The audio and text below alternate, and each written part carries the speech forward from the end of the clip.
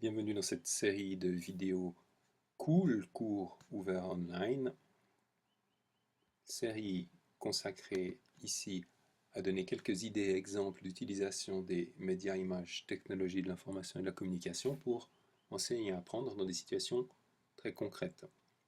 Cette vidéo se propose plus particulièrement de montrer un projet dans lequel il s'agissait dans un cours d'anglais de faire écrire un blog directement par des élèves qui sont relativement débutants encore en anglais. Le projet particulier que nous présentons ici s'adressait à des élèves du collège en première année dans le cadre du cours d'anglais. Vous voyez ici le résultat de leur travail. Un espace avait été préparé à leur attention. Le sujet était, un peu avant les Jeux Olympiques 2012, de pouvoir explorer différents aspects liés à la culture anglaise, donc autour de la capitale Londres, quelques informations autour des événements sportifs, et il y avait aussi à cette époque le mariage royal.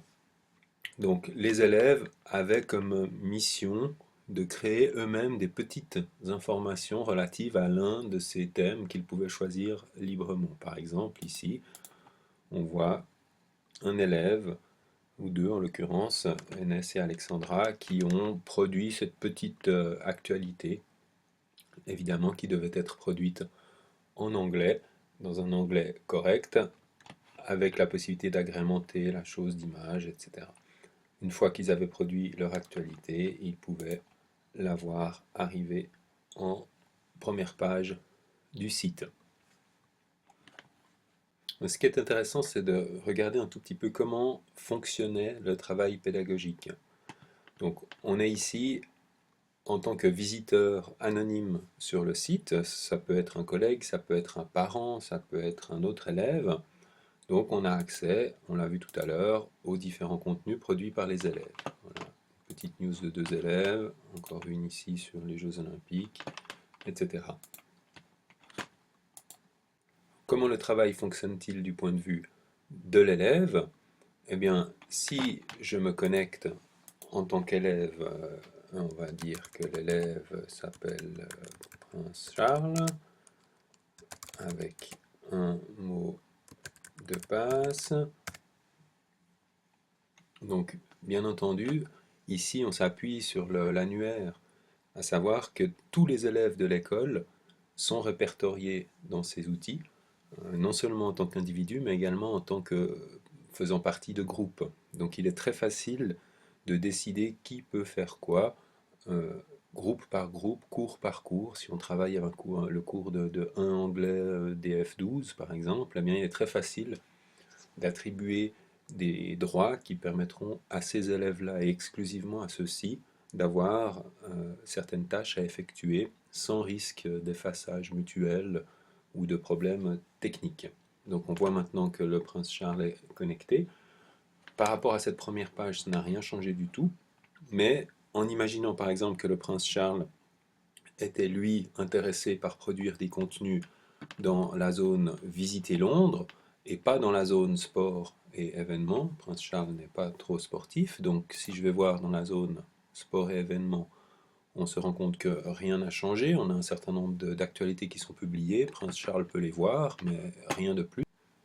Par contre, si je me rends toujours en tant que Prince Charles dans la zone Visiting London dans laquelle j'ai choisi de produire du contenu, alors on observe que dans cette zone, je n'ai pas cliqué, voilà, c'est mieux comme ça.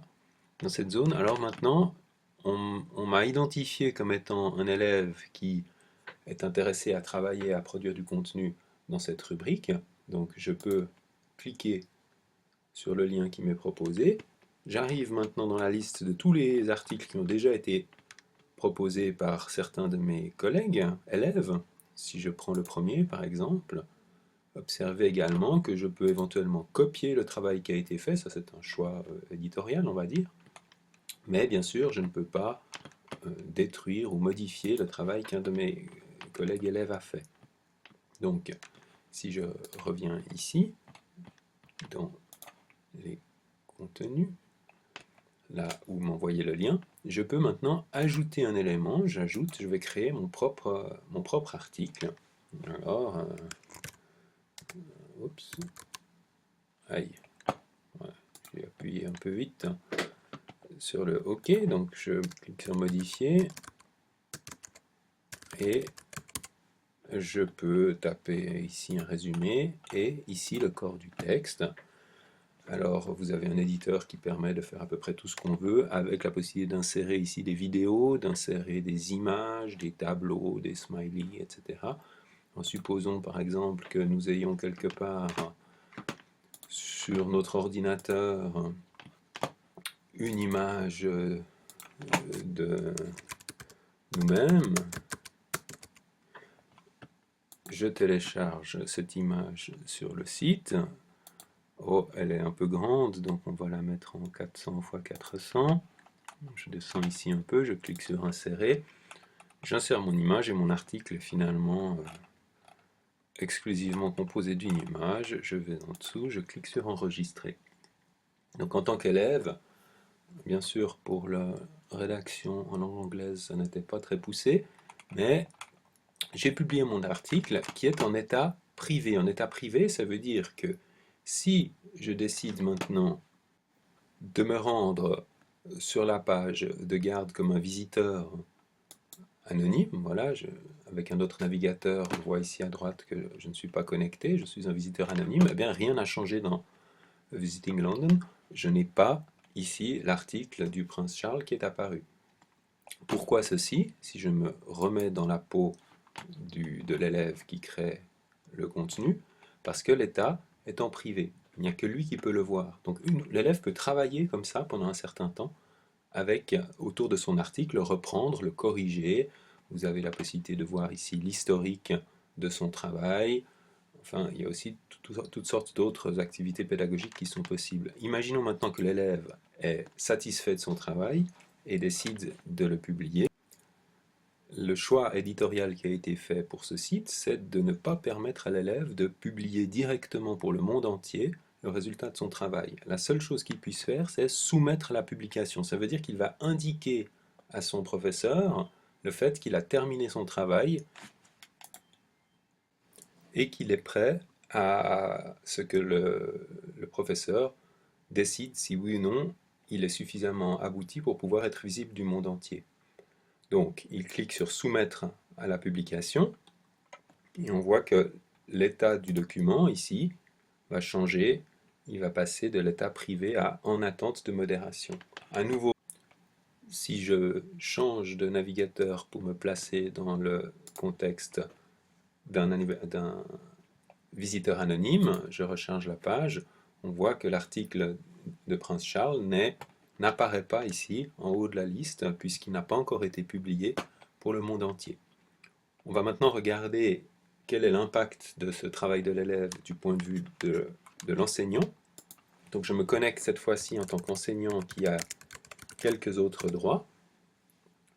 Eh bien, on observe dans un premier temps que, évidemment, je peux modifier la structure de ce blog si je veux changer les titres, changer toute une série d'autres éléments. On n'est pas allé plus bas ici, mais on a vu que les élèves, eux, proposent des actualités dans chacun de ces trois thèmes, et puis pour agrémenter un peu le blog, ce qui avait été ajouté ici, c'était que par rapport à chacun de ces trois thèmes, on mettait soit des flux RSS, c'est-à-dire la capacité par le système de récupérer automatiquement des nouvelles relatives à la visite de Londres, relatives à Londres 2012, donc là plutôt les Jeux Olympiques, et ici des fils de Twitter autour de la reine avec, me semble-t-il, un regard un peu décalé.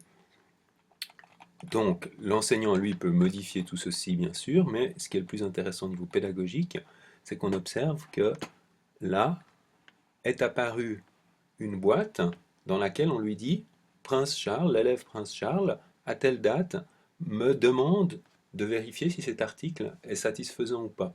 Donc je clique dessus, je vois l'article de Prince Charles, et maintenant je vais pouvoir décider est-ce que oui ou non le travail de l'élève est terminé. Si le travail n'est pas terminé, trop de fautes d'orthographe, contenu pas adapté, etc., je vais simplement ici choisir de renvoyer ou de retirer, c'est un peu équivalent en l'occurrence, l'article pour que l'élève le travaille à nouveau. Si j'estime que ce travail est satisfaisant, je vais le publier. À nouveau, seul moi comme enseignant, je peux faire cette étape de publication. L'élève ne peut pas le faire directement. C'est ce que nous avons choisi, le système peut être paramétré différemment. Maintenant, si je me replonge en première page, et bien sûr, cet article apparaît comme le dernier article publié dans la série de Visiting London. Donc, je clique dessus et j'arrive sur l'article. On peut vérifier que pour un visiteur anonyme, cette fois, l'article est bien également visible. Donc vous voyez que avec ce type d'outil, ce qui est intéressant, c'est d'avoir une discussion entre la personne qui est susceptible de créer la coquille, parce que bien sûr, ici, il y a un choix qui a été fait d'une image relative à Londres et au sujet, mais vous pouvez parfaitement paramétrer à l'avance cette boîte finalement qui va recevoir les articles des élèves à votre convenance, en discutant avec les personnes dans votre école qui sont responsables de ce type d'outils. C'est d'ailleurs souvent une phase très riche et très intéressante, cet échange préalable. Et puis une fois que le paramétrage a été fait, ce qui est relativement facile et ne prend pas de temps, et si ça ne vous intéresse pas en tant qu'enseignant, vous n'avez pas du tout besoin de vous préoccuper de ceci, vous recevez le blog directement paramétré, vous n'avez plus qu'à montrer à vos élèves comment ceci fonctionne, mais pour eux, il n'y a vraiment aucune difficulté. Et ensuite, c'est vraiment plus que du travail pédagogique, de création de contenu, validation de contenu, publication de contenu.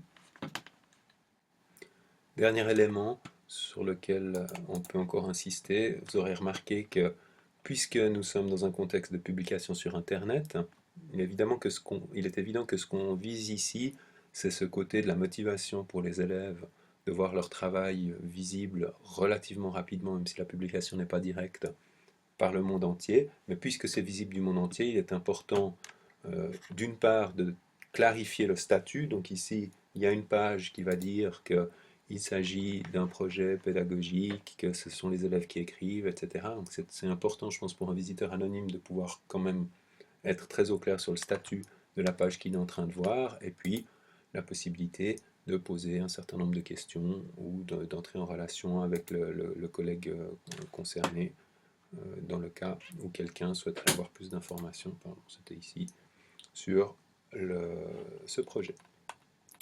Voilà, j'espère que cette petite vidéo vous a donné quelques idées ou quelques pistes. Merci de votre attention.